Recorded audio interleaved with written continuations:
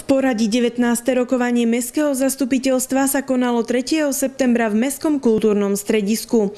Poslanci sa oboznámili s informatívnou správou o priebežnom nakladaní s tuhým komunálnym odpadom. Rozpravu vyvolala správa o výsledkoch hospodárenia Bánovského kultúrneho centra za prvý polrok roku 2013, kde bolo navrhnuté riešiť zníženie výdavkov prehodnotením prevádzkovej doby Mestskej knižnice. Poslankyňa Rudolfa Novotná vzniesla pripomienku k takémuto návrhu, nakoľko Mestská knižnica je plne využívaná počas prevádzkových hodín tak, ako sú v súčasnosti. V dnešnej dobe, keď klesá čitateľská gramotnosť u študentov a žiakov, by bol navyše tento návrh krokom späť, pričom zo správy je zrejmé, že za prvý pol rok sa vypožičalo v knižnici 40 000 kníh a publikácií. K návrhu zachovania doterajších prevádzkových hodín knižnice sa pripojil aj poslanec Ladislav Kšiňan, ktorý navrhol riešiť túto stratu inou formou, čo napokon poslanci v hlasovaní schválili. Na základe zmeny v zákonoch a podaných protestoch prokurátora boli schválené doplnky k rôznym všeobecno záväzným nariadeniam mesta. Občania mestskej časti Dolných Ozoroviec požiadali o zmenu názvu ulice Juraja Rybaja na ulicu Za Kaštielom, čo poslanci schválili. V dôsledku zastavenia prác rekonštrukcie hlavného ťahu mestom bolo potrebné poslancov oboznámiť so stavom vykonaných prác a tiež dôvodom, prečo došlo k ich zastaveniu.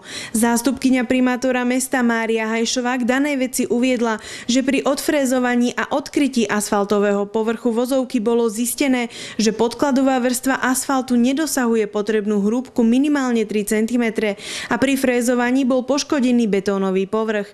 Preto je potrebné spraviť novú vyrovnávaciu vrstvu v hrúbke 2 cm po celej ploche. Z uvedeného dôvodu bolo potrebné schváliť navýšenú cenu za dielo o 16 408 eur, ktoré nebolo možné dopredu naplánovať. Celková hodnota diela pri dodržaní zákona o verejnom obstarávaní bude tak vo výške 82 937 eur.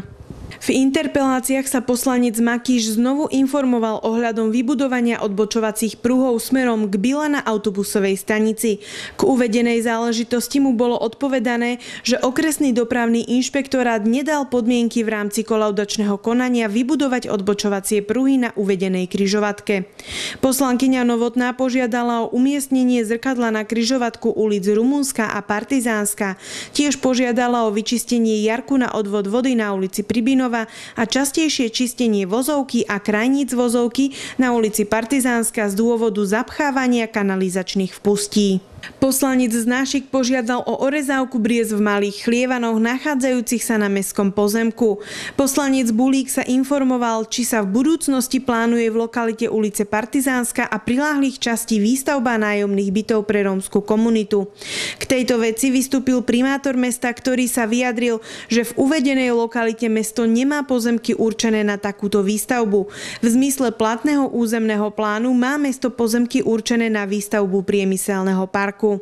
Poslanec Pastorek požiadal o vyčistenie úseku cesty od autobusovej zastávky po spoločnosť MTA a doplnenie jedného kontajneru na plasty na futbalový štadión.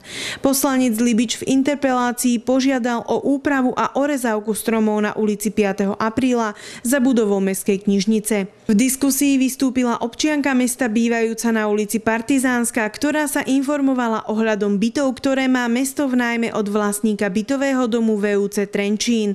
Zároveň sa informovala o možnosti oprav a výmeny okien v týchto nájomných mestských bytoch.